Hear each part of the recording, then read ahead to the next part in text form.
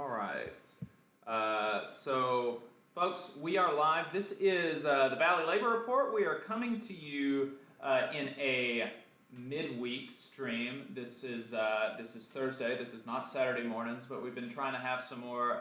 There's some stuff that we can't get to often on Saturdays, and some other topics that we want to talk about. And so, during the middle of the week when we don't have the commercials to that we've got to get to, that seems like as good a time as any to do it. And one of those issues that we want to talk about is this anti-riot, quote unquote, legislation that's going through the legislature right now. It is it's very very concerning, and like I said last time that we talked about it, it is not being portrayed honestly at all in the conservative media. And so it's, I think it's very important that we kind of set the record straight, so to speak. So, and that's why I brought on Dev Wakeley. So, Dev, thank you so much for joining us. I appreciate it.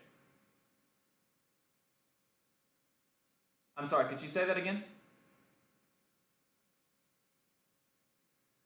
Oh, shoot.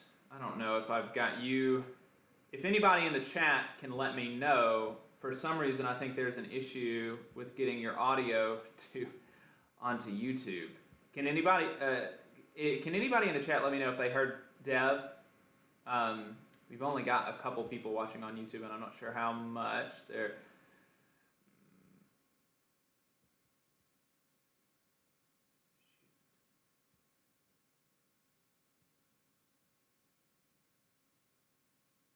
Yeah, can you say something else, Dev?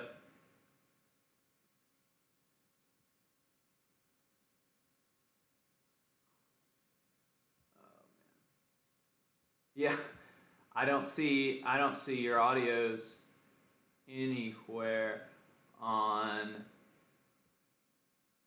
I can't hear him. Yeah.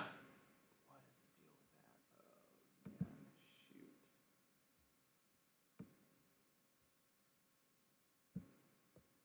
Okay, sorry about this, folks. I'm gonna have to go to I'm gonna have to cut for a second and see if I can get his audio worked out. I'm sorry, guys. We'll try to be right back.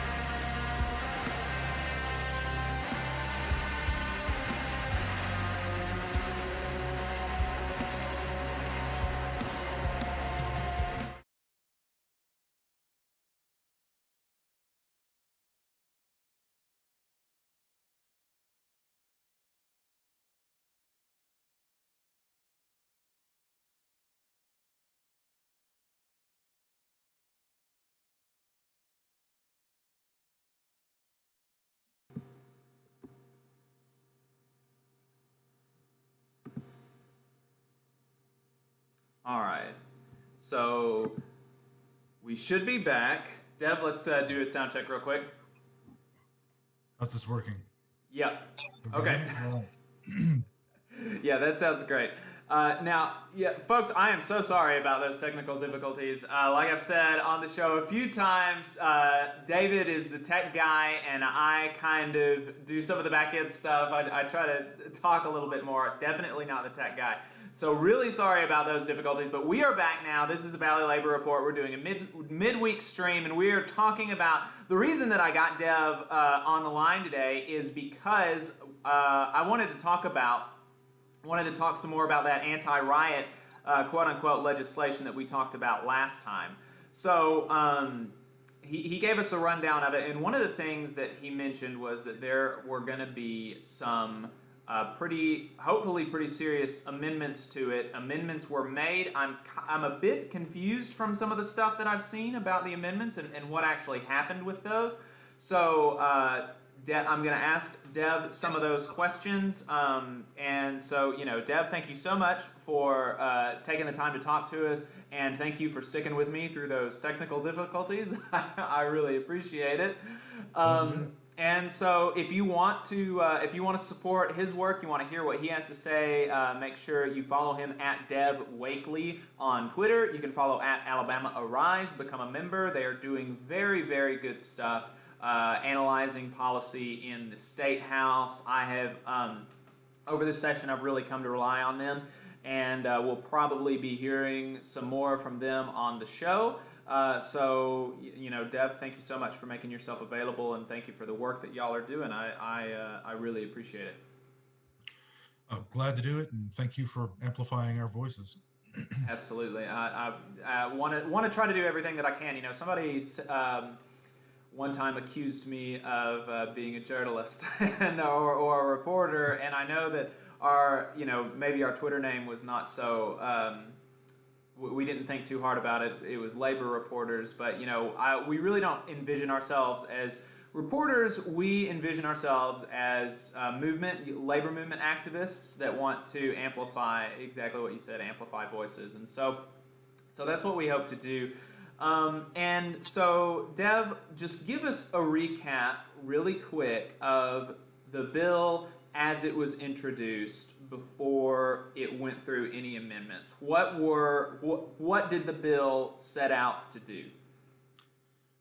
This bill was and still is an anti-protest bill. It was created to chill First Amendment expression, and it did so. It still does so.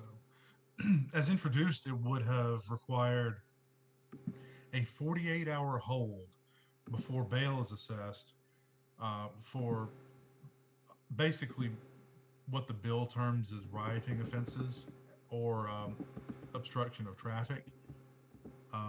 And those offenses were left with incredible leeway. Police could arrest you for basically anything. For being at a protest where somebody else did basically anything. The wording was really vague and mealy-mouthed and left complete discretion to the police, and largely it still does. In addition to that 48-hour bail hold, upon conviction, the bill as introduced would have implemented a 3-month mandatory minimum in prison for one of the offenses, and a 6-month mandatory minimum for another, for aggravated riot. This in the time when we as a state are facing Department of Justice lawsuits for the atrocious condition of state prisons. They are unconstitutional now, and this bill just wanted to heap a little more unconstitutionality on top of the situation. Right. And one of the things that you said was, you said the leeway for cops in this situation to kind of arrest folks that are just in the area. You said that legal observers could get caught up in this. They could be arrested. Potentially journalists, medics in the that is. And you asked or somebody asked the author of the bill those questions, and he didn't have an answer. He didn't say, no, this would absolutely not happen under this bill, right? He didn't deny that it would happen because it can't. It will happen. What he said today was that he views this as a way to stem an attack to stem attacks on law enforcement across the country, Hmm. and that's just a That fundamentally broken way of looking at this situation. Right. That's exactly, and you know that's probably one reason why all of these things are they're tied in together because you know you've got this probably the most egregious things in this bill are the stuff around the you know quote unquote rioting, right? You've got these really huge just this huge leeway that cops have to deal with people that they suspect or they accuse of rioting. Cops have this huge leeway to deal with folks like that, and you know it's but then they also attach, and that's pretty widely controversial, I would think. Pretty widely controversial, and they attach it to increased penalties for assaulting law enforcement. And so now anybody that opposes the bill is like, they could say, oh, you want people to hurt law enforcement. You want people to kill police, right? That's what you want to do. And, you know, it's so disingenuous. And that's one of the problems that I think a lot of people have with bundling so many things. Like in a bill, why can't you just vote on one thing and then have another vote on the other thing instead of having these big bills with all sorts of different things in them? Yeah, that is a really good point. And if you want to increase criminal penalties for for assaulting a law enforcement officer, that's one thing, that's an issue. But this bill has around the edges of it things that criminalize still, even after it was substituted and amended, things that criminalize interference with governmental operations. So we talked last week about the fact that pulling a police dog off somebody to get folks arrested just for being with the person who pulled the police dog off. Well, that hasn't changed. That's still in there. You could still go to prison and face unconstitutionally atrocious conditions in Alabama prisons for being next to somebody who pulls a police dog off someone. And we know that these police dogs have historically been used against civil rights protesters. We know in the state of Alabama recently that police officers have been incredibly lax in terms of their standards of training and procedures that they use to employ police dogs. They have used them basically to torture people in the past, in the recent past. This is not going back to the 60s. This bill, as introduced and as amended, is just ripe for abuse. It enables police abuse of American citizens who are just exercising their rights to protest. Right. No okay. Yeah. Well, so I think that's a good place to get into the amendments. What were the things that were actually that were actually taken out of the bill or amended in the bill? The big amendment is actually for the definition of riot, which does curtail some of the issues with it, but it still leaves some problems, some major problems. As amended, the definition of riot would be or is now, according to this bill, assemblage of 5 or more persons resulting in conduct which creates an immediate danger. Immediate danger is a change from substantial danger of damage to property or injury to persons. Well, that's going to be a problem too, because an immediate danger of mild damage to property still fits this definition of riot. And if we look further into the bill, there's a threshold that ups that to aggravated riot if the person is there at a protest, basically, and damage to property is caused that's more than $2,500. So I like drawing edge cases to see where the failures of these sorts of bills come in. So what you've got there really is, quickly before you go into the edge case, can you say that last part again? Sure. The financial amount here under the definition that bumps it to aggravated riot is $2,500. Okay, gotcha. So what we're left with now is, again, police discretion that says, okay, these folks are engaging in a riot, and just because of the number of people here, and the fact that they are unhappy about an issue in particular, that creates a danger of damage to property. Well, that alone creates the riot, according to this bill. And participating in that protest, the threat of property damage, not property damage itself, but the threat. Right. And the way this bill is structured, once that condition is met, the damage itself, even if it is unrelated to the activities, triggers the aggravated riot categorization. So if you're at a protest where a cop says, all right, this is a riot now because there is a danger because there are so many people here who are protesting, which is still unconstitutional, and you get in your car and you leave and somebody rear ends somebody else causing $2,500 of damage, well, that's aggravated riot according to this awful bill. Did somebody mention that in the hearing today? No, I didn't get a chance to dig into that. A lot of the hearing, a lot of the discussion on the floor was really hearkening to, really tying this back to the historical record of persecution of protesters in Alabama. So one of the things that I noticed on Twitter is that the Republicans basically stopped debate on it.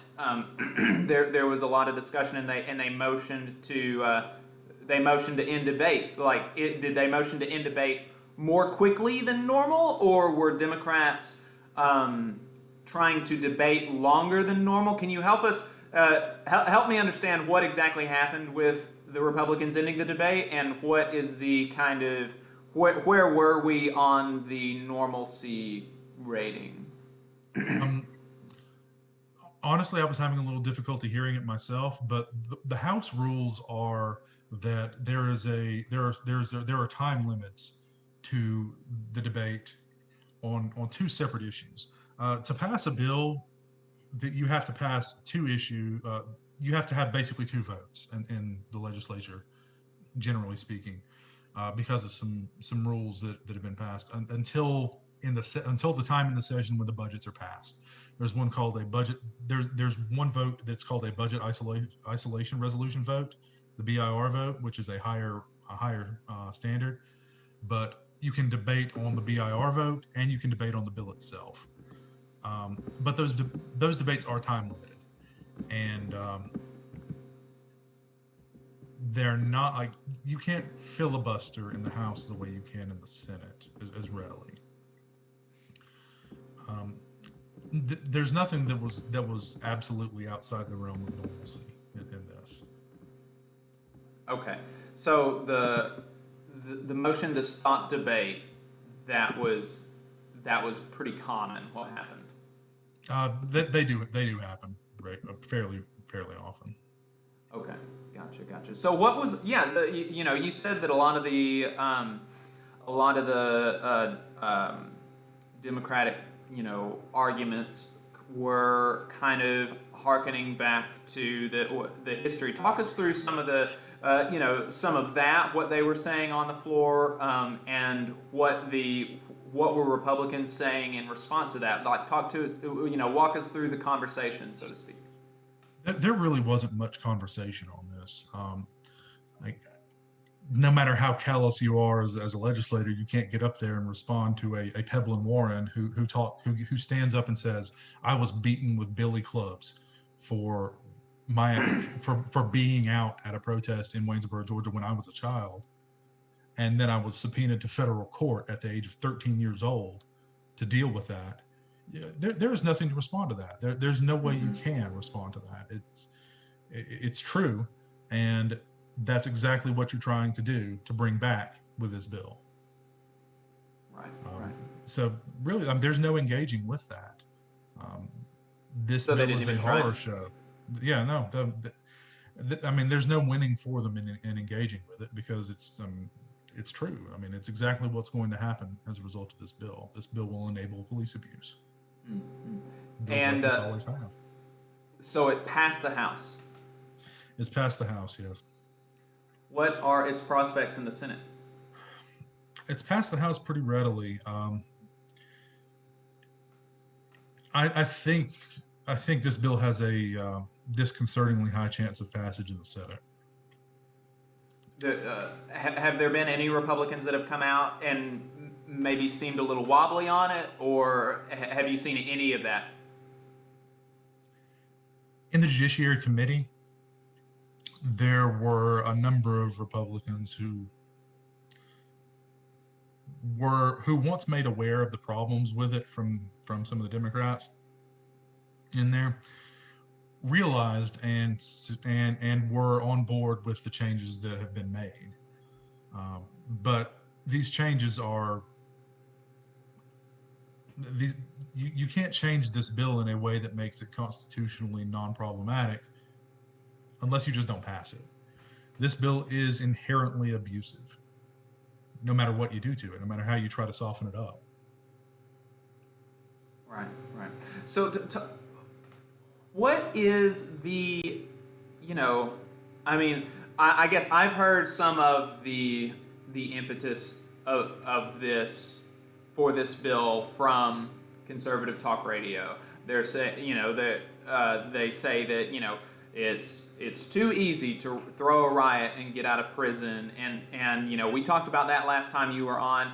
Are there any, have you heard any different narratives around why we need this bill? Like, what are, I'm mostly hearing from the propagandists, so to speak, on this bill. Are the people, the authors of the bill, are they putting forward different arguments on the necessity of this, or like what are they saying? Bill's proponents they've really been kind of on board with that characterization of it. That the bill sponsor mentioned people getting arrested in Birmingham and then bailed out immediately and then going back to organizing, which is how it should work. That's the design of bail. Bail is not a punishment. Bail is intended to ensure that people show up to court, supposedly. Not under this bill, which intends to use bail as a punishment and as a social engineering mechanism to keep people from protesting. But the arguments in favor of this bill in the legislature have said, yeah, we need to keep people from protesting. We need to keep people from being bailed out of jail and then going right back, as one of the proponents said, going right back to the fight. They're trying to keep people out of the fight. Yeah, that's, I think that's a really good point there about bail supposedly not being for punishment. Bail is to keep, to make sure that they show up to court ostensibly, and in this country we're supposed to be innocent until proven guilty, and that's something that these legislators would really, they're really pro, quote unquote, almost a criminal process anytime somebody is accused of sexual harassment or anything like that, that would keep them from attaining some of the highest levers of power in American society. We're thinking the presidency, Senate seats, Supreme Court nominations, things like that. And it's like they want a almost criminal diligence in proving their guilt before any kind of punishment is levied, and the punishment being not getting to be in one of the most powerful positions in the world. And they're using, before being proven guilty even, they're trying to leverage one of the harshest punishments that you can have on normal working people, which is being locked in a cage for days. The bail is, there's a 48-hour, it's supposed to be 48 hours until you can get out. folks are going to lose their jobs if they are accused of rioting.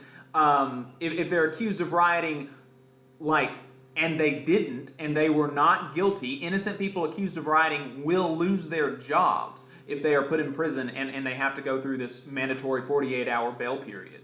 And there'll be, people will, when people lose their jobs, they get thrown out on the streets. They can't put food on the table. They go hungry. I mean, these are things that, totally different world than being, not being allowed to have one of the most powerful positions that had been created in the modern world. We're on totally different levels here. And the standards are harsher for the people for whom the punishment will mean life or death than the people for whom the punishment is a moderately successful life, a lavishly successful life, or it's astounding. Yeah. As modified, this bill would change that hold from 48 to 24 hours. But that doesn't do anything. People are still going to lose their jobs for no-call, no-shows at a service industry job for being locked up for 24 hours. That's how it works. And a lot of this, I would say it shows a lack of understanding of the way that working class people live. But what it really shows is a lack of caring about how working class people live.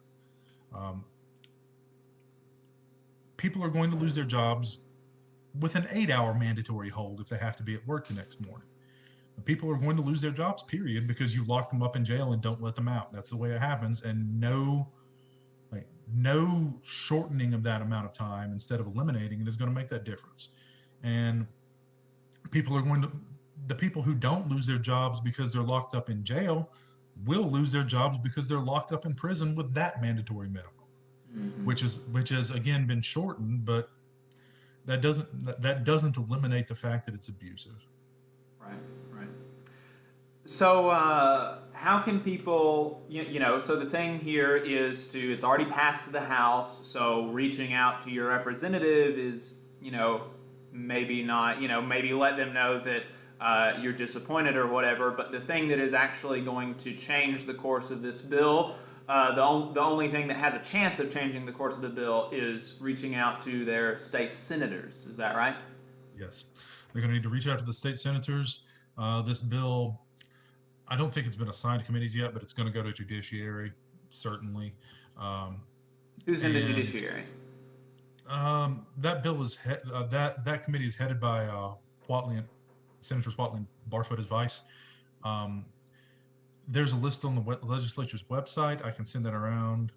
I can actually pull it up now, as a matter of fact. I'll do that. But what we can tell you to do is go sign up for our action alerts, because I'll be sending out information when this bill comes up in Senate, in the Senate committee, and possibly when it's up on the Senate floor. The Senate is really bad about letting folks know what bills are coming up on any given legislative day, but we'll scramble around and get some notice out when it gets ready to get on the floor too. How can they sign up for your updates and alerts and things like that for Alabama Arise?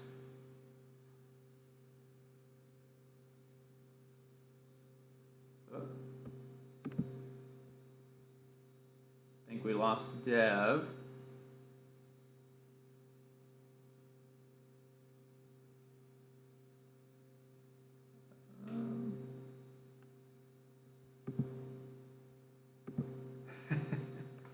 That's a funny face to get lost on.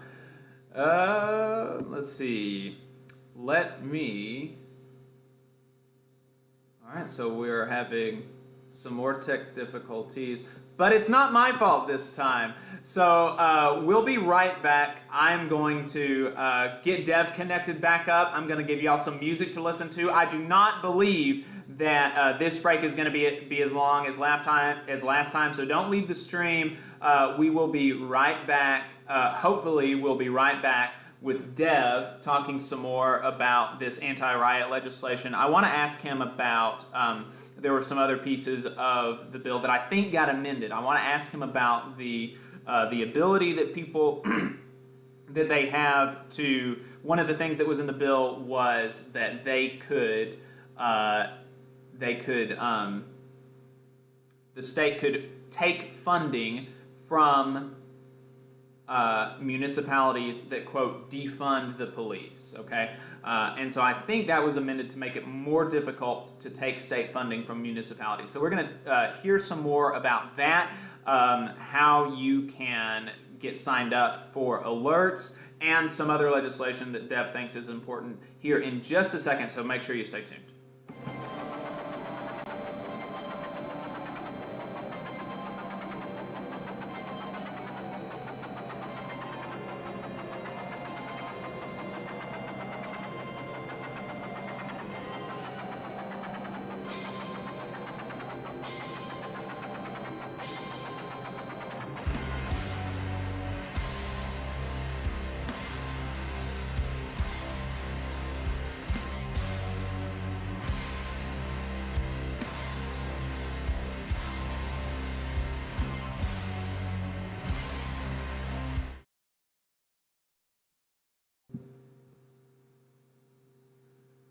Okay, we are back. Sorry about we're having a night tonight, but it's not my fault this time. So although Dev had a much quicker recovery than I did, I will say so. So thanks for coming back on, Dev. You're about to give us you're about to let us know how people can sign up for your alerts and things like that from Alabama Arise. Yes. So first thing I would say is follow us on social media. Our Twitter, you can follow me on Twitter too, but our Twitter at Alabama Arise will retweet pretty much everything that I'm sending out to. So if you have to pick one, pick our overall organizational Twitter. You can follow. And you can sign up for action alerts on our website at alarise.org. There we will, when an issue comes up, we will connect you with your legislator through a click-through email that will let you know what the issue is, what the bill does, and what we're asking them to do about it. And you'll be able to make your modifications to whatever statements you want to send to. But we'll give you a template and says, this is what the issue is, this is what we're suggesting, and we'll let you send that email to your legislator directly. So AL Arise, and I think that's in the Get Involved tab. All right. You can also become a member of Alabama Arise too, which I definitely suggest. Then how do you become a member of Alabama Arise, and what does that entail? You have to send in the basically let us know. We ask for a $15 donation, but if problem for you, just let us know. We'll work around it, and that will enable you to become a voting member. We are a member-directed advocacy organization. So our members every year select the priorities we're going to work on. A lot of them will be the same from year to year. Criminal justice reform has been quite a sticking issue for the recent few years, and predatory lending and capital punishment have stuck around for a very long time. Gotcha. So, before we move off of the anti-riot legislation, I had one more question to help folks understand the amendments that were made, and then I want to see if you've got any other legislation that you've really got your eye on that you really want to talk about. But the other question I had was on the defunding the police, quote unquote, those provisions in the bill. Originally, there were some provisions in the bill that would allow or that would mandate the state take away funds if they cut the police budget in municipalities. And so I understand that there's been some amendments to that provision. Could you walk us through what it was before and what the amendments did? Sure. Before, there was a provision that would completely, there was no rebuttable presumption on the original amendment. As originally structured, if you cut your police budget by 10%, you were done. You weren't getting state funding, and your municipal officials could be subject to liability. Basically, waiving sovereign immunity for mayors and councilmen and women in any municipality that had cut the police budget by 10%. Well, we've got a lot of small municipalities in the state of Alabama, and some of them in some of these folks' districts who voted for the bill.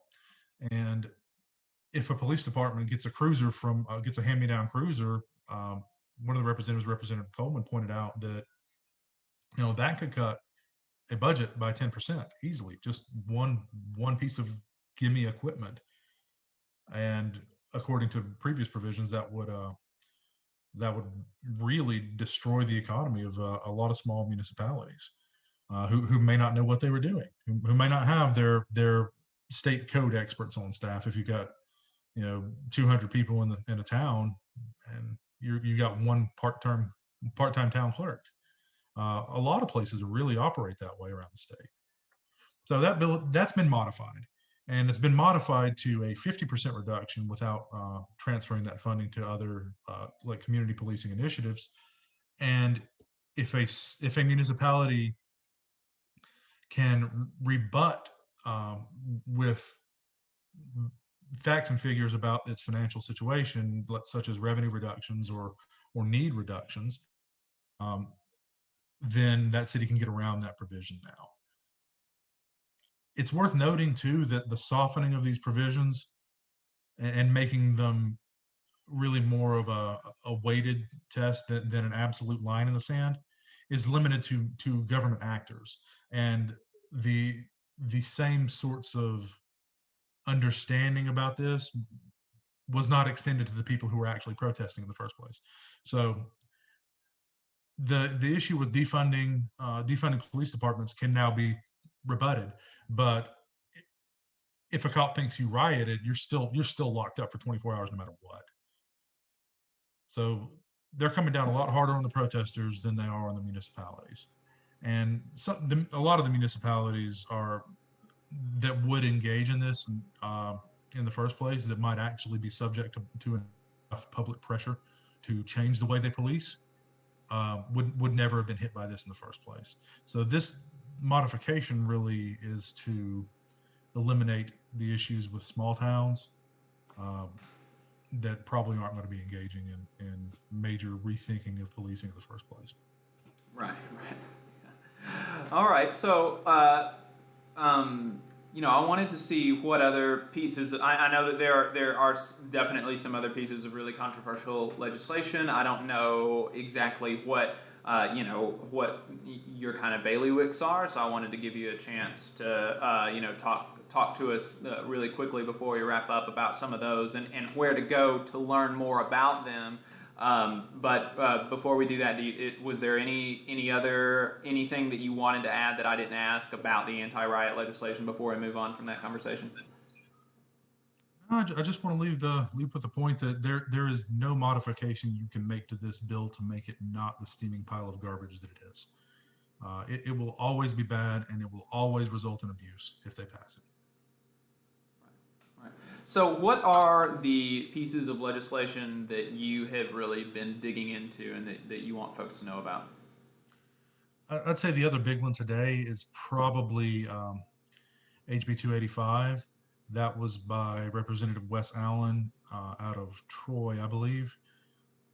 That is the bill to prohibit curbside voting.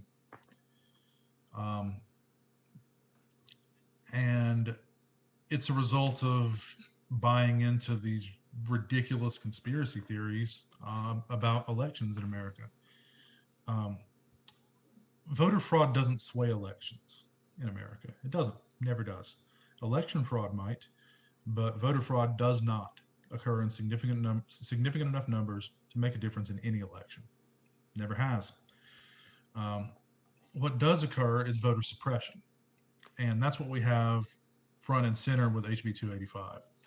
That is a bill that would prevent any election official from going out to a car and assisting a voter by taking that voter's ballot and putting it in the machine from the vehicle.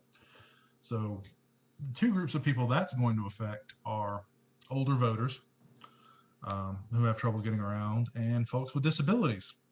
And the problem with this is that, I mean, people with disabilities already vote at much lower rates than the population in general. So we have in HB 285 a bill that relies on clearly false beliefs about the way elections work in this state and in this country, and places a really heavy burden on people who are already facing problems because of physical issues they face. And during the debate on this bill, Representative Allen, who sponsors it, got up and said, "Well, you know, it's a requirement that these polling places in Alabama be ADA accessible, and that's correct, except they aren't. There are lots of precincts throughout the state that just flat out fail to meet their legal requirements under the Americans with Disabilities Act. And this is a case where reality hasn't stopped the state from barreling headlong into making this policy mistake. This bill will end up hurting folks with disabilities, and it will end up making things much more difficult for older voters. And the people pushing it don't care because they have their conspiracy theories that they bought into. Yeah, so I mean, when you tell them that, hey, man, you know, there are voting facilities that are not ADA compliant in this state, like, you know, and so that is why we have some of these communities engage in curbside voting.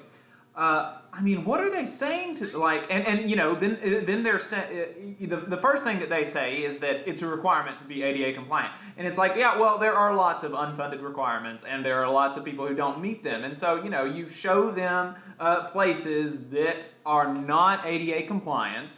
I mean, what, you know, have any of them actually been presented with that? And if they have, what did they say?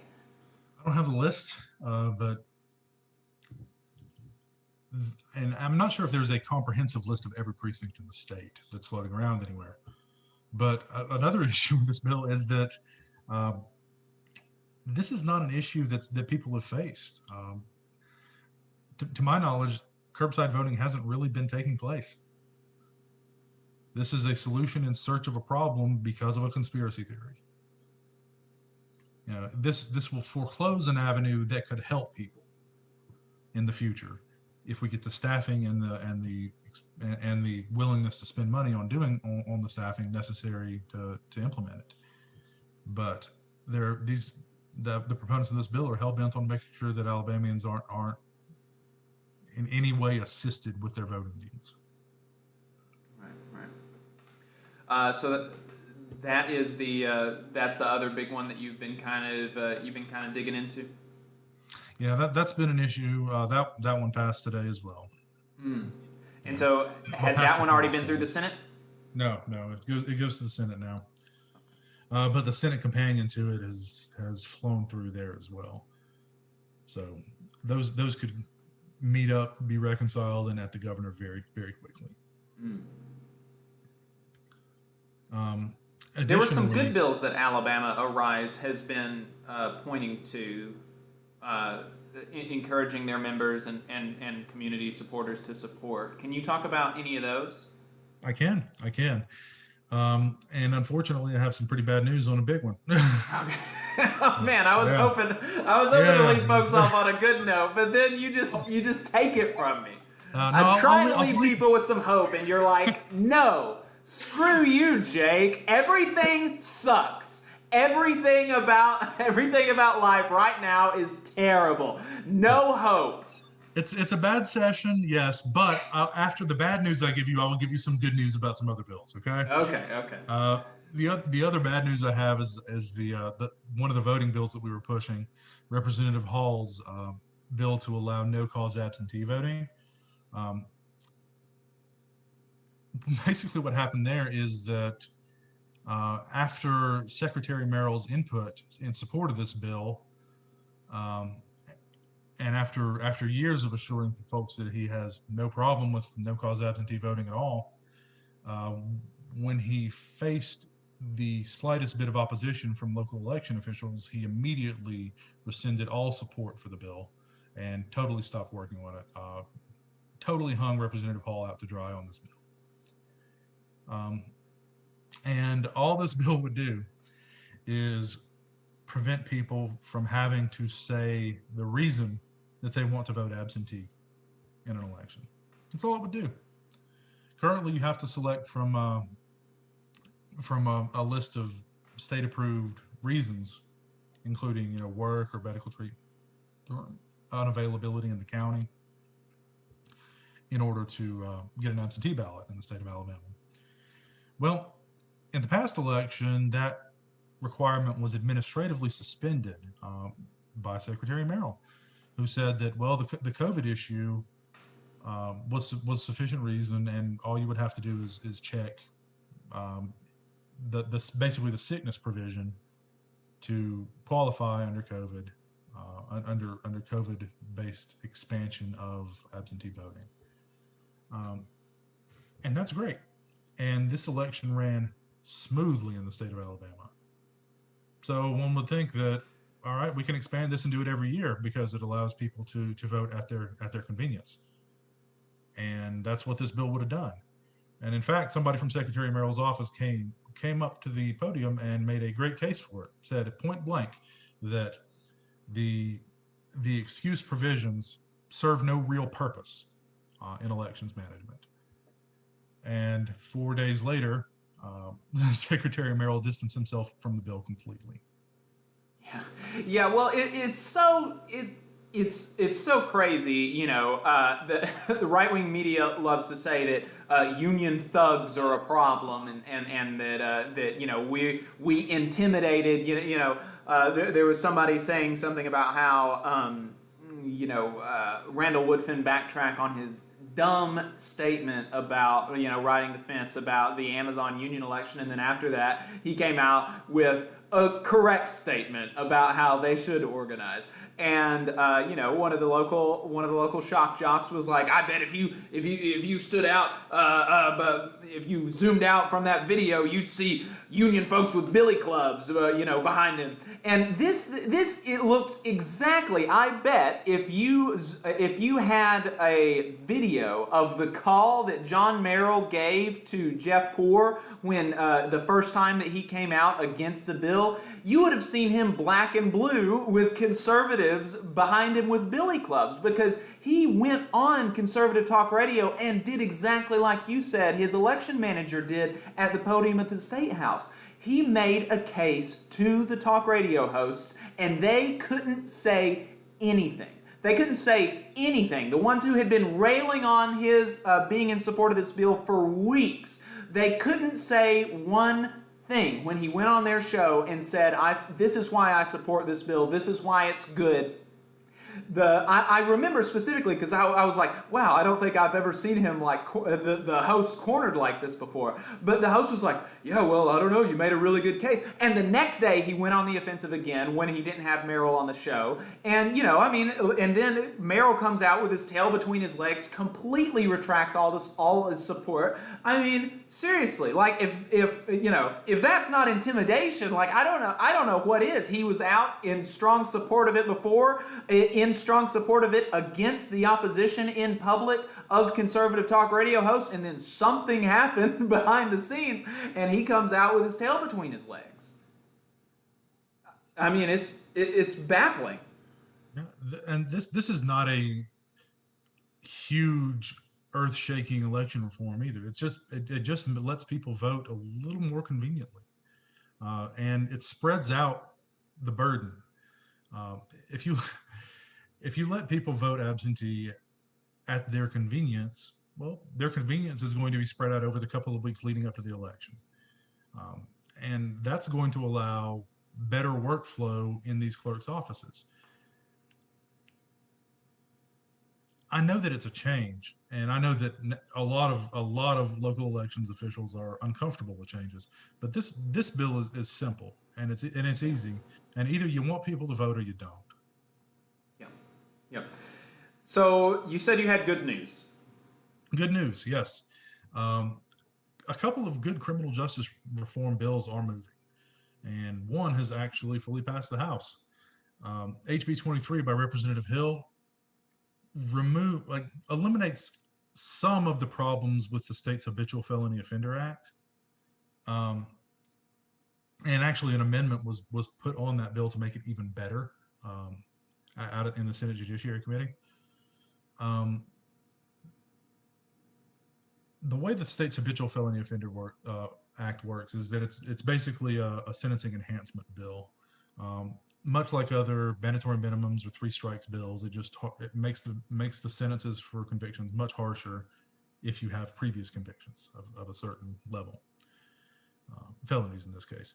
Well, this bill would allow folks who, after some modifications to the HFOA in the past, who now would have received sentences under the current sentencing guidelines and were sentenced at the time under the HFOA.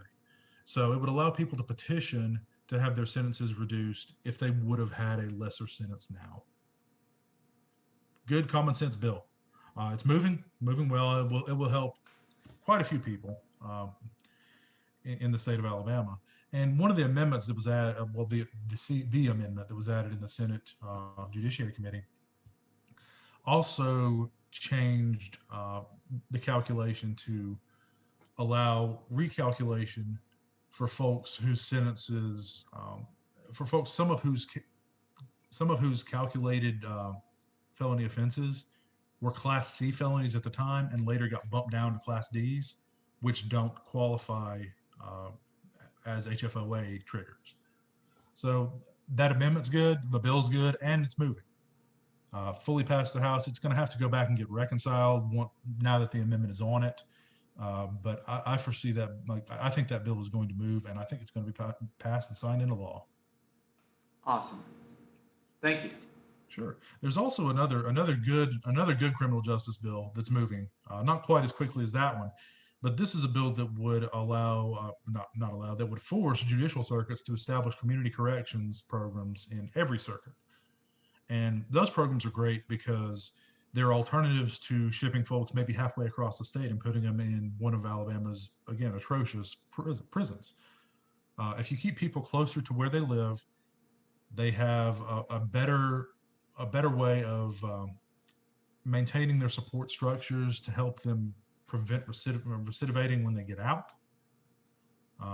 And sometimes you can maintain those even through some of the lesser forms of incarceration. This bill is great. It's going to allow people to avoid reoffending and to maintain their support structures and possibly rebuild their economic lives much more readily when their sentence is over. That's great. Yeah. That one's HB 73. HB 73. So it's still in the House? That one has passed the House. Okay. But has not passed the Senate committee yet. All right. So, folks, reach out to your state reps, reach out to your state senators, let them know, give them the Alabama Arise approved, list of their list of good bills and bad bills, and tell them to support the good ones and to not support the bad ones. Deb, do you have any closing thoughts before we wrap it up?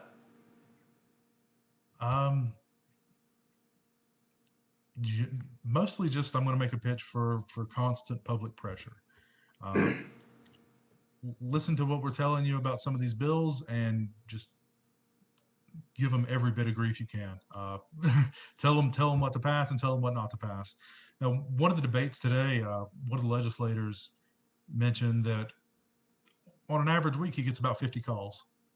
So if you and 5 family members and 10 friends give that legislator a call, well, that's a significant sway in what they're hearing from their district. So just talk to them, reach out to them constantly. Yeah, I really need to start doing that more. As active as I am so bad about reaching out to my state reps and state senators, and those are the people that it's really going to benefit. You should still probably reach out to your congressional representative and your U.S. senators, but the bang for your buck is going to be a lot better on your state reps and your state senators, and I really need to do better about that myself. So, Deb, thank you so much for talking to us. Thanks for having me again. I always love to be back. All right, absolutely. So yeah, folks, this has been the Valley Labor Report, our midweek stream. We appreciate Deb Wakeley and Alabama Arise for the work that they do and for making themselves so available to talk. We'll probably, I sent an email to Chris Sanders yesterday or the day before, maybe about working out some sort of regular thing, incorporating folks from Alabama Arise into the regular weekly programming, because I think, especially during the session, because I think that they do some really, really good work. So definitely check them out on Twitter, on Facebook. Follow @DevWakeley on Twitter. Follow @Alabama Arise on Twitter. And if you appreciate the work that we do on the Valley Labor Report, you can support us on patreon.com/The Valley Labor Report. As you can imagine, businesses do not line up to advertise on Union Talk Radio.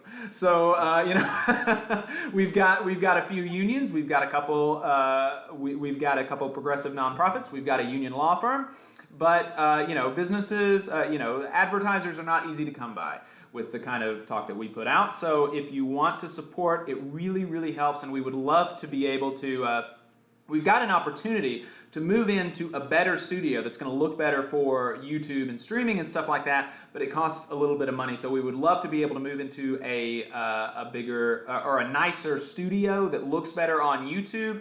And we would love to be able to get on more stations. There's an opportunity for us to get on a station in Montgomery on Saturdays. That would be really, really great, and it's really cheap. But we just really don't have the money right now. So if you support us on patreon.com/The Valley Labor Report, that would really help. And we've got these really nice union-made hats for $35 on our website, thevalleylaborreport.org. Just $35. They are union made. They're really nice. This is actually probably my favorite hat right now. I wear it quite a lot. I feel a little bit cheesy because it's my own merch, but I really like it. It's a good hat, so you should get it. Thevalleylaborreport.org, and we will get it shipped to you. I've got 100 of them at my house right now. So if you order it tonight, you'll get it within a couple weeks. So if you want to support the show, that is the way to do it. And thank y'all so much for tuning in. Thanks again, Dev and Alabama Arise. And we will see y'all on Saturday. On Saturday, we're talking to Adam Obernauer. He is he's one of the organizers with RWDSU, and he's been running the phone banking and worker contacting part of the campaign. So he's going to be able to give us a really, really deep insight into the conversations that are happening with workers on the shop floor. I'm really excited about that. I've been part of the people that have been phone banking, so I'm really excited to hear the kind of big picture. And we're also talking to somebody from the Letter Carriers, the National Association of Letter Carriers National Office, about the bill that would repeal the pre-funding mandate that the USPS has. As a lot of folks know, the USPS has a mandate to pre-fund retirement health care for 75 years in advance. Like, they literally have to pre-fund health care for postal workers that are not even born yet. And they've got to pre-fund their retirement health care. It's absurd, and Republicans and conservative Democrats wanted to pass that so that they could make the Postal Service look bad so that they could privatize it. Well, there's a bill in the House right now that would repeal that mandate. It does have broad bipartisan support, and Mo Brooks voted for it last time it was up. So you should definitely reach out to Mo Brooks, tell him you support that, and listen to our show on Saturday to hear somebody from the Letter Carriers National Office talk about why it's so important and what you can do to help get that passed. Folks, we will see you on Saturday.